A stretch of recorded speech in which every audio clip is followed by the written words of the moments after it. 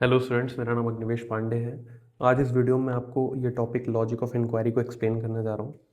तो बेसिकली ये जो सारे वीडियोस है इसको मैंने यूपीपीएससी का जो एग्ज़ाम है, सॉरी, यूपीपीएससी का जो जीडीसी का एग्ज़ाम है जिसको government degree college assistant professor का जो एग्ज़ाम है उसके लिए मैंने लेक्चर सीरीज स्टार्ट की है। तो जो रिसर्च मैथडोलॉजी का जो यूनिट है उसमें ये एक टॉपिक है लॉजिक ऑफ इंक्वायरी। इसके पहले मैंने एपिस्टेमोलॉजी को पढ़ाया था, तो ये लॉजिक ऑफ इंक्वायरी को आज मैं एक्सप्लेन करने जा रहा हूँ।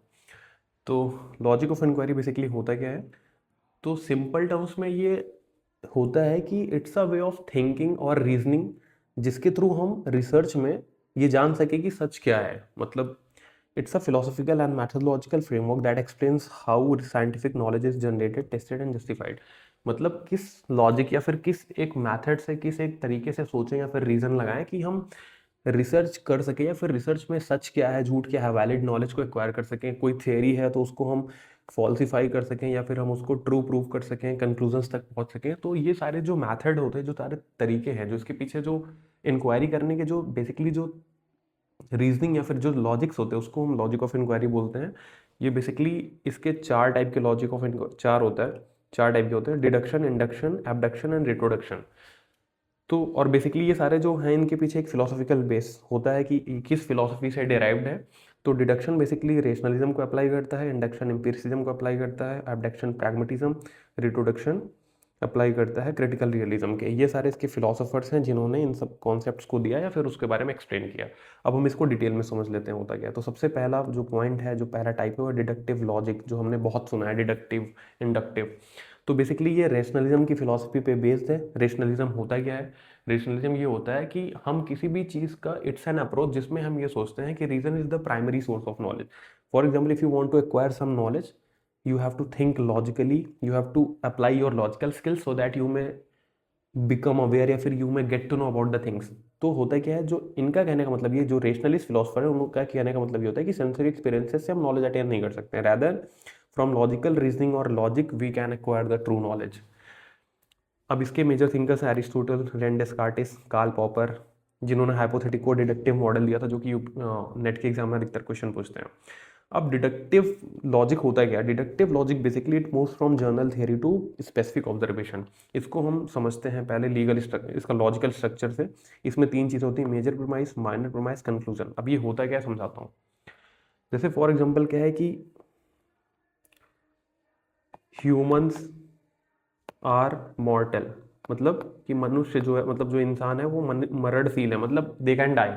मतलब दे आर नॉट कि वो they are going to like be here forever, ऐसा नहीं, उनको एक दिन मरना है।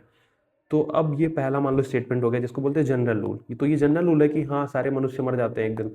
दूसरा क्या है कि Gaurav is a human, Gaurav is a human या फिर मैन या जो भी हो। तो ये स्पेसिफिक केस है, मैंने अपना केस ले लिया। तो कंक्लूजन इसका क्या होगा कि गौरव इज मोर्टल, क्योंकि सारे जो मनुष्य हैं वो मर जाते हैं एक दिन, और तो गौरव भी एक मनुष्य है, तो गौरव भी एक दिन उसको मरना है। तो बेसिकली इसके अंदर एक मेजर प्रीमाइस है एंड माइनर प्रीमाइस है, देन कंक्लूजन। तो कहने का मतलब ये है, इसमें रेशनलिज्म थिंकर्स, जो रेशनलिस्टिक जो लॉजिक लगाते हैं, जो डिडक्टिव लॉजिक लगाते हैं रेशनलिज्म फिलोसफिकल फाउंडेशन के थ्रू, वो ये कहते हैं कि अगर मेजर प्रीमाइस सही से डाला गया है, मतलब वो एक वाइडली एक्सेप्टेड है, ट्रू है, और जो माइनर प्रीमाइस है वो भी सही है, तो ये जो कंक्लूजन होगा it is always be true. तो इसमें बेसिकली ये था। तो ये क्या करता है, it moves from general theory, मतलब there is a theory called कि all humans are mortal and the specific observation is that Gaurav is human, तो गौरव विल डाई समडे। तो this is what deduction is, यही होता है। अब डिडक्शन रिसर्च में क्या करते हैं, theory is always there, already there, तो you have to form the hypothesis, do observations, you will be like testing it, and you will confirm whether the theory is right और wrong. तो हम इसको right या wrong proof कर देते हैं। इसकी स्ट्रेंथ क्या है, सर्टेनिटी होगी ऑब्वियसली, कि हमारा एक जनरल रूल है कि ह्यूमंस आर मोर्टल, तो in every case like if anybody is human तो he will always be dying. तो there is high certainty, clear testing of theory, क्योंकि always there is a theory, तो you can always test it in specific cases. Objective and systematic होता है, क्योंकि theory है already, एक grand theory, एक बड़ी सी थियरी है कि ठीक है ह्यूमंस आर मोर्टल, तो उसके हिसाब से स्पेसिफिक केसेस आ गए, फिर हमने कंक्लूजन निकाल दिया। तो इट्स ये सिस्टमैटिक मैथड है, सॉरी। देन आ गया second deductive inductive logic. It is based on empirical philosophy, empiricism philosophy ये कहता है कि नॉलेज जो है that can not be acquired through logical reasoning, rather it originates from sensory experiences. For example जो senses होते हैं, टच स्मेल, हम जो देखते हैं, सीइंग जो करते हैं, या फिर वॉट जो भी होता है, तो इसके जो मेजर थिंकर्स हैं Francis Bacon, John Locke, John Stuart Mill. अब इसमें क्या करते हैं, in induction we move from particular observation to general theory. हमने डिडक्शन में क्या किया था कि that there is already a theory, उसके बाद फिर हमने स्पेसिफिक केसेस में उसको टेस्ट कर लिया। इसमें क्या होता है, for you to formulate a theory you have to go to the field, do observation. Observation के बाद क्या करोगे, you will find patterns, then you will come to form a theory. तो इसमें क्या होता है, ऑब्जर्वेशन करेगा, पैटर्न पता चलेगा, जनरलाइजेशन होगा, थ्योरी। फॉर एग्जांपल मैंने ये देखा कि फीमेल्स जो हैं उनका जो दे आर हैविंग लेस, उनका मतलब हेल्थ जो है गड़बड़ रहता है काफ़ी ज़्यादा। तो मैंने ये स्टडी किया कि देखा पैटर्न्स क्या हो सकते हैं, एजुकेटेड वुमेन की स्टडी कर ली, नॉन एजुकेटेड की कर ली। तो हमने ये देखा कि जो एजुकेटेड है they are having good health, एक मिनट सॉरी, तो those who are educated they are having good health, and those who are not they are having like having more of number of disease। तो इन this case हमने observe किया specific case में that कि हमने मान लीजिए 100 sample ले लिए वुमेन्स का। तो हमने क्या किया कि देखा कि 100 वुमेन थी जिसमें से 70 पढ़ी लिखी थी तो उनका हेल्थ अच्छा था, 30 जो अनपढ़ थी उनका हेल्थ गड़बड़ हो गया था।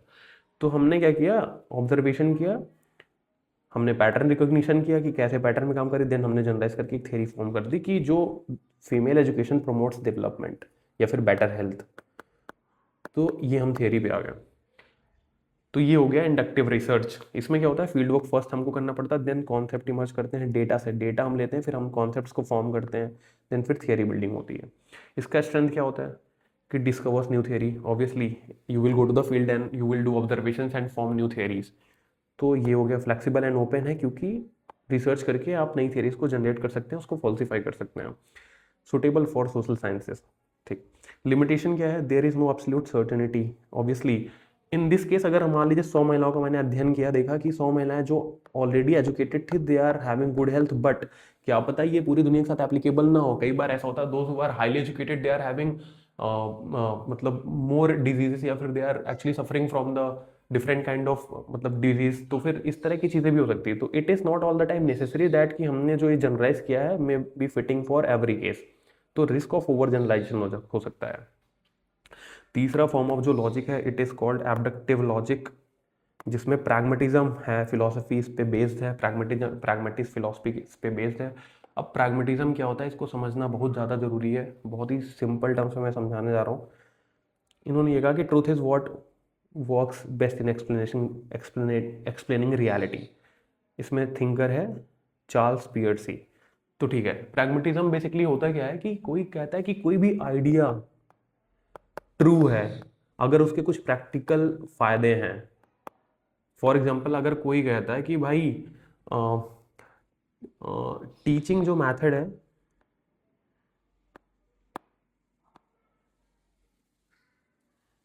टीचिंग मेथड जो हमारा है स्पेसिफिक, वो अगर स्टूडेंट की लर्निंग को इम्प्रूव करता है तो इसका मतलब जो है ये इट्स अ गुड मेथड।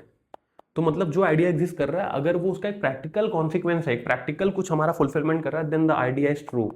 तो बेसिकली अब होता क्या है, अब इन्होंने क्या कहा कि एब्डक्टिव लॉजिक में होता क्या है, एब्डक्टिव लॉजिक बेसिकली हमने कहा कि प्रैग्मेटिज्म पे बेस्ड है, प्रैग्मेटिज्म मैंने समझा दिया होता क्या है। अब एब्डक्शन क्या करता है, abduction seeks most plausible explanation for observation. For example हमने कहा कि रोड इज वेट, तो हमने सोचा कि क्यों वेट है, तो हमने सोचा प्रोबेबली रेन, बारिश हुई होगी। मतलब it might not be the correct explanation, but हमने जो देखा सामने दिख रहा है, हमको जो मोस्ट प्रैक्टिकल लगा उसको हमने आंसर दे दिया। तो इसीलिए ये प्रैग्मेटिज्म पे बेस्ड है कि मतलब हमने जो फिनोमिना देखा उसके पीछे हमने जो बेस्ट एक्सप्लेनेशन, जो बेस्ट प्लॉजिबल एक्सप्लेनेशन था हमने दे दिया। बट अब इसकी ट्रूनेस पे हम नहीं जा रहे, ट्रूनेस क्या पता ना हो। तो जो बेसिकली जो थर्ड हमारा काइंड ऑफ लॉजिक है वो ऑब्जेक्टिव लॉजिक है, जो कि प्रैग्मेटिक फिलॉसफी पे बेस्ड है। ठीक है, तो इसका रोल क्या है, it use in grounded theory, case study analysis करता है, थ्योरी कंस्ट्रक्शन करता है। इसकी स्ट्रेंथ क्या है, क्रिएटिव है, एक्सप्लोरेटरी है, bridges induction and deduction. But ये टेंटेटिव है और subjective revision. For example the explanation I am giving for certain phenomena may और माइट नॉट बी ट्रू। तो ये हो गया। Then fourth is retroductive logic, critical realism based. जो retroductive logic है बेस्ड है फिलोसफी क्रिटिकल रियलिज्म पे। Critical realism basically होता क्या है, ये होता ये है कि it sees the deep structure. मतलब कि जो हम ये कहता है कि जो हमारे सेंसरी, जो हमारे परसेप्शन, ह्यूमन जो परसेप्शन है, वो जरूरी नहीं कि दुनिया वैसी हो। For example if I am telling that कि मतलब ये दुनिया गोल है, तो क्या पता दुनिया गोल हो ही ना। तो मतलब ह्यूमंस के बियॉन्ड है इस बात को कॉम्प्रिहेंड कर पाना कि ट्रू क्या है, रियलिटी क्या है। तो इसीलिए जो ये अब हाँ, अब हम देखते हैं रिप्रोडक्टिव लॉजिक करता क्या है। It identifies the hidden causal mechanism. तो जब ये हिडन कॉजल मैकेनिज्म को ढूंढेगा, ऑब्वियस सी बात है, तो इसका मतलब ये बेस्ड हो गया ना क्रिटिकल रियलिज्म पे। कैसे बताते हैं। फॉर एग्जाम्पल अगर हाई पॉवर्टी है, तो हमने ये सोचा कि जो हाई पॉवर्टी है वो ड्यू टू लेस एजुकेशन है, एजुकेशनल अटेनमेंट्स कम है, तो भाई पॉवर्टी बहुत ज़्यादा है। बट क्या पता ये ज़रूरी ना हो, क्या पता स्टेट, मतलब ये जो हमारा सरकार उसकी वजह से हम गरीब हों, या क्या पता जो कैपिटलिस्ट सिस्टम उसकी वजह से मैं गरीब हूँ। मतलब जो मेरी प्रॉब्लम है क्या पता उसके रीज़न मैं ना हूँ। तो इसका मतलब ये होता है कि जो हम प्रॉब्लम्स को देखते हैं उसके पीछे हिडन कॉजल मैकेनिज्म्स को ढूंढने की कोशिश करते हैं। ये रिप्रोडक्टिव लॉजिक होता है। और ये बेस्ड है क्रिटिकल रियलिज्म पे। क्रिटिकल रियलिज्म क्योंकि ये कहता है ये फिलॉसफी कि जो हम परसीव कर रहे हैं नॉलेज, जो सोच रहे हैं कि ये सही है, क्या पता सच ना हो। मतलब ह्यूमंस के जो बियॉन्ड कॉम्प्रिहेंशन है कि वो समझ पाए रियलिटी क्या है। तो इस वजह से ये क्रिटिकल रियलिज्म पे बेस्ड है। तो इस वजह से डीपर स्ट्रक्चर्स को ढूंढने की कोशिश करते हैं। For example in this case high poverty may be caused by the class structure, policy और इकोनॉमिक सिस्टम। मतलब कि हमारी जो पॉवर्टी है वो जरूरी नहीं कि हम उसके लिए जिम्मेदार हो, रैदर गवर्नमेंट जिम्मेदार होगी, इकोनॉमिक सिस्टम जिम्मेदार हो सकता है, पॉलिसी फ्रेमवर्क प्रॉब्लमेटिक हो सकते हैं, क्लास स्ट्रक्चर, कैपिटलिज्म और इस तरह की चीज़ें हो सकती हैं जिम्मेदार। इसका रोल क्या है, स्ट्रक्चरल एनालिसिस करता है, मतलब डीप अंडरलाइंग प्रॉब्लम्स को ढूंढता है या फिर खंगालता है, rather than apparently telling the truth कि भाई ये सच है, या मतलब बेसिंग ऑन अपरेंट ट्रूथ्स, फिर उस पर नहीं बेस होता है। क्रिटिकल सोशियोलॉजी ऑब्वियस सी बात है क्रिटिकल एनालिसिस करता है, पॉलिटिकल इकोनॉमी स्टडी। देन फिर deep explanation reveals power structure. मतलब ये हमेशा जो डीपर स्ट्रक्चर्स है उसको अंडरस्टैंड करने की कोशिश करता है, उसको रिवील करता है कि क्या चीज़ें ट्रू कॉज होंगी। But it's complex and less measurable. Obvious सी बात है, जैसे पॉवर्टी के केस में क्या होता है, अब पॉवर्टी में जो हमको सामने दिखाई देता है मेजर पैरामीटर्स की, उसकी हम स्टडी कर लेते हैं और बता देते हैं ये चीज़ें जिम्मेदार हैं। बट क्या पता उसके पीछे और कुछ सोशियो इकोनॉमिक या साइकोलॉजिकल रीजन हो, या फिर डीपर स्ट्रक्चर्स रीजन हो। तो अब इसकी हम समरी समझने की कोशिश करते हैं सारी। तो मैंने क्या बोला, लॉजिक 4 प्रकार के होते हैं, डिडक्टिव, इंडक्टिव, एब्डक्टिव एंड रिप्रोडक्टिव। ये रिप्रोडक्टिव नहीं है, रिप्रोडक्टिव है। तो डिडक्टिव बेसिकली ये थियरी पहले होती है। जैसे मैंने कहा कि humans are mortal and Gaurav is human, तो गौरव इज मोर्टल। तो देन फिर डेटा को हम एनालाइज करके एक स्पेसिफिक केस के कंक्लूजन तक पहुंचते हैं।